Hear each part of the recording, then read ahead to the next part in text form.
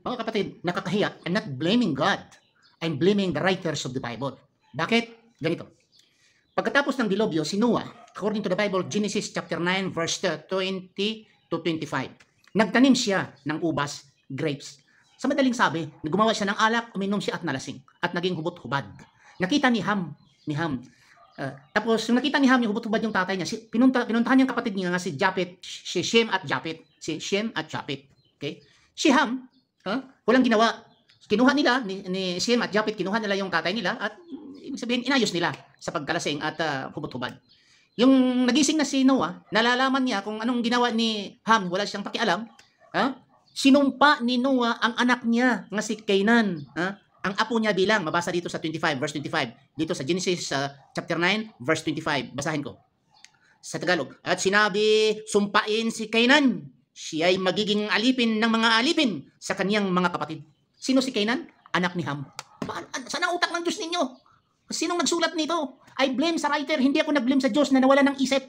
I'm blaming the writers of the Bible. Si Ham ang nagkakasala. Kung saan nagkakasala si Ham dahil wala siyang ginawa. Bakit yung apo nga si Canaan ang sinumpa ng Diyos? O sinumpa ng Diyos, o sinumpa ni Noah. Di mo ba? Sumpain yung mga niya, di ang Diyos ang sumumpa doon dahil si Noah utusan siya ng Diyos. At talagang ang pangyayari dito talagang nasumpa talaga si Canaan.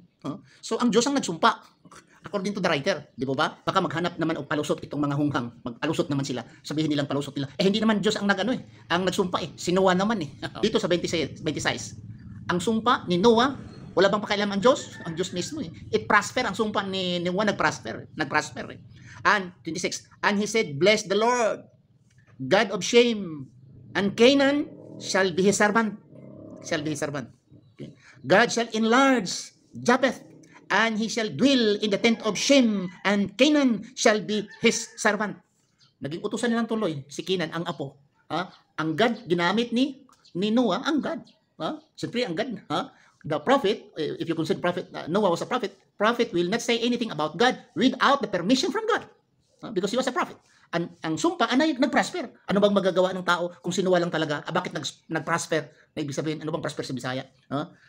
Umunlad yung sumpa naging talagang tuluyan naging servant, alipin si Canaan.